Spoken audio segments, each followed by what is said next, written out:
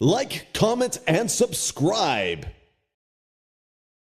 सोचिए दुनिया के किसी एक कोने में एक चिंगारी भड़कती है और उसकी आंच पूरी दुनिया महसूस करती है। कुछ ऐसा ही हुआ है 2026 के ईरान अमेरिका संघर्ष के साथ। आज हम इसी कहानी की परतों को खोलेंगे, ये समझने के लिए कि कैसे एक क्षेत्रीय लड़ाई एक ग्लोबल क्राइसिस में तब्दील हो गई। तो सवाल यही है ना, कि आखिर कैसे कैसे एक रीजनल वॉर पूरी दुनिया के लिए इतना बड़ा संकट बन सकता है। इसका जवाब पता है कहाँ छुपा है? एक बहुत ही अहम समुद्री रास्ते में, एक ऐसा रास्ता जिस पर हम सब, पूरी दुनिया निर्भर करती है। 20%, ये कोई छोटा मोटा नंबर नहीं है। दुनिया का, जी हाँ, पूरी दुनिया का 20% तेल स्ट्रेट ऑफ हॉर्मुज से गुजरता है। और इस लड़ाई की वजह से अब ये पूरा का पूरा सप्लाई रूट दांव पर लगा है। बस यहीं से ग्लोबल संकट की असली कहानी शुरू होती है। तो चलिए अब सीधे मुद्दे पर आते हैं। ये जो 2026 का ईरान अमेरिका वॉर है, आखिर ये है क्या भला?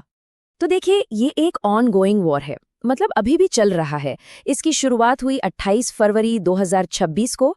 हुआ ये कि अमेरिका और इजरायली फोर्सेस ने ईरान पर हवाई हमले किए, और फिर जैसा कि होता है, ईरान ने भी पलटवार किया अमेरिकी ठिकानों और उसके साथियों पर जवाबी हमला करके। पर एक मिनट, ये सब कुछ रातों रात नहीं हो गया, बिल्कुल नहीं। इस लड़ाई की जड़ें ना बहुत बहुत गहरी हैं, दशकों पुरानी।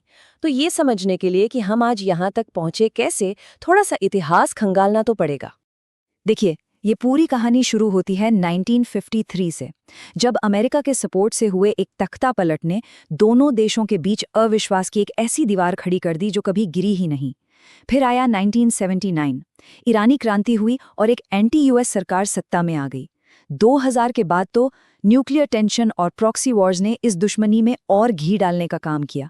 और फिर 2025 में जब अमेरिका ने सीधे ईरान के न्यूक्लियर साइट्स पर हमला किया, बस तब मामला बिल्कुल उबाल पर आ गया।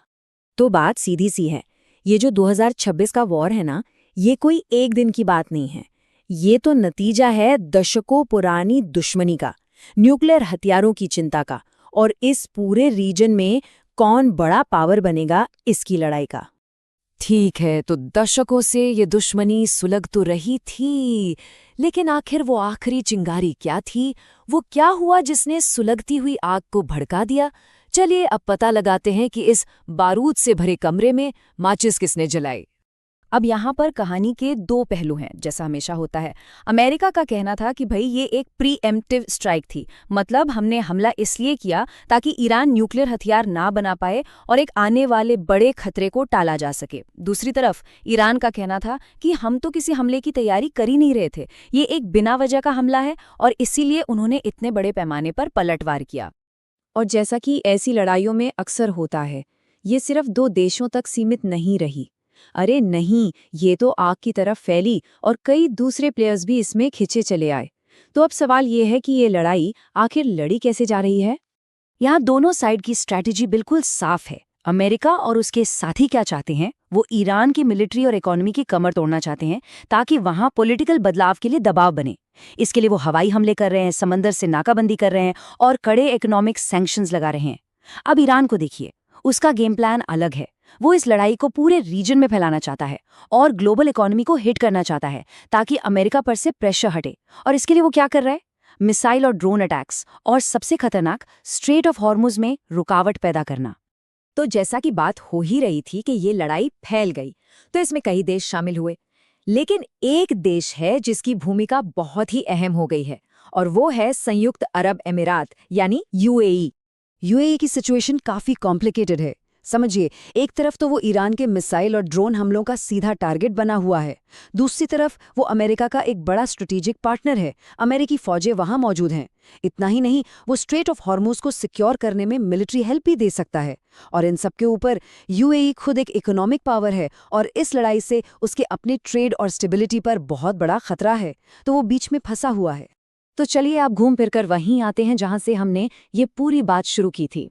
इस लड़ाई की ग्लोबल कीमत, पूरी दुनिया को इसकी क्या कीमत चुकानी पड़ रही है? इसका असर पूरी दुनिया पर पड़ रहा है। सबसे पहले ग्लोबल ऑयल सप्लाई में जबरदस्त रुकावट आ गई है। नतीजा, एनर्जी की कीमतें और महंगाई दोनों आसमान पर हैं। इंटरनेशनल ट्रेड और सप्लाई चेन सब बुरी तरह से हिल चुकी हैं। लेकिन सबसे बड़ी चिंता की बात यह है कि ये छोटी सी चिंगारी एक बहुत बड़े इंटरनेशनल वॉर की आग में बदल सकती है, और ये खतरा बहुत बहुत असली है।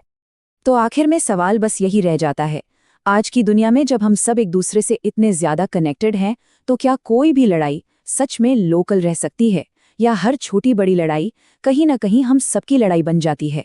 ये एक ऐसा सवाल है जिसका जवाब शायद हम सबको मिलकर सोचना होगा। Like, comment, and subscribe.